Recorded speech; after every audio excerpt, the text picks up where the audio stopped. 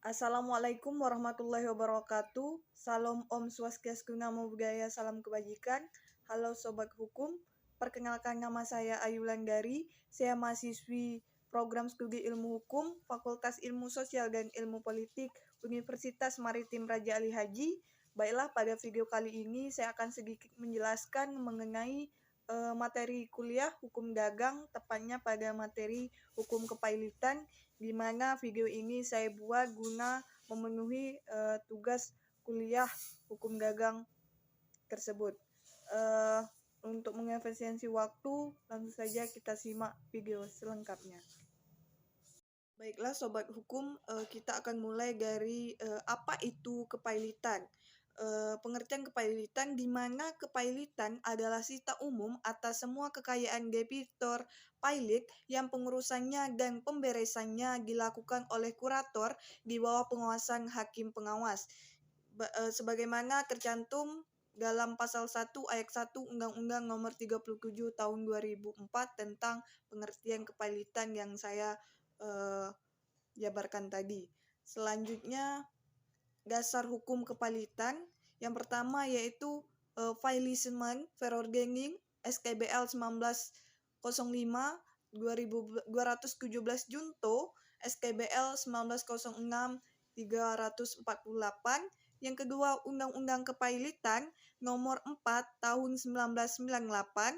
Yang ketiga, Undang-Undang Kepailitan Nomor 37 Tahun 2004.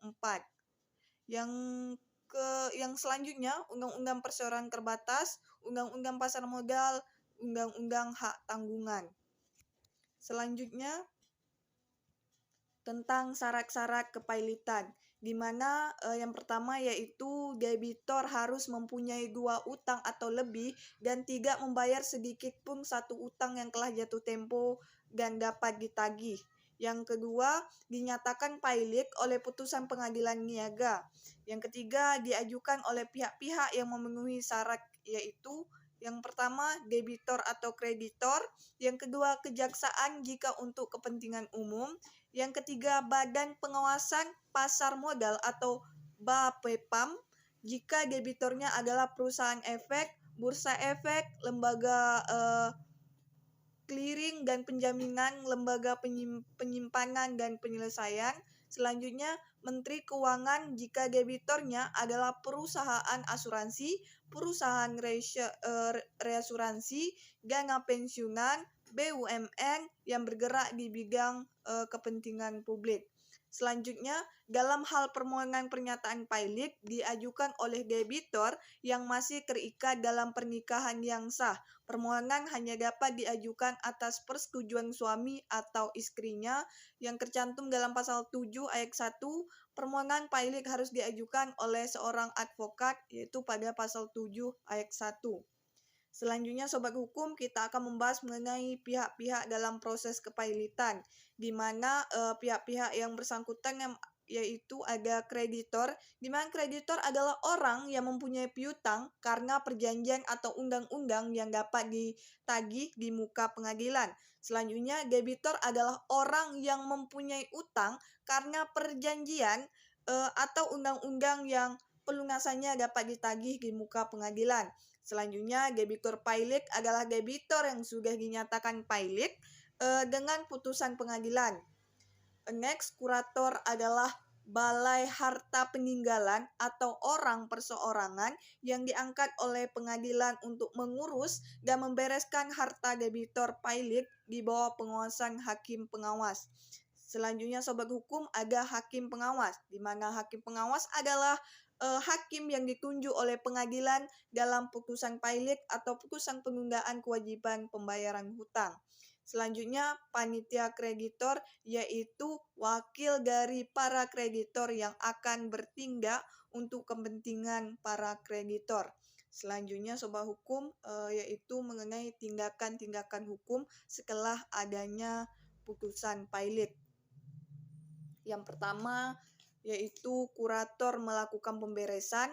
Yang kedua, hakim pengawas mengawasi tindakan kurator.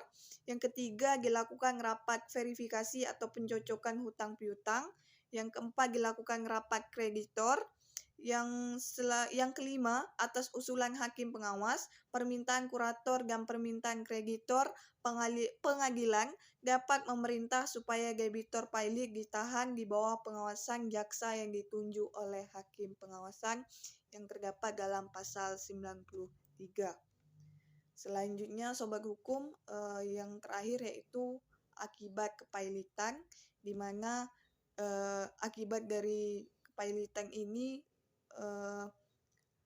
salah satunya atau beberapa poinnya yaitu debitur demi hukum kehilangan haknya untuk menguasai dan mengurus kekayaan yang termasuk dalam harta pailik sejak tanggal putusan pailik diucapkan.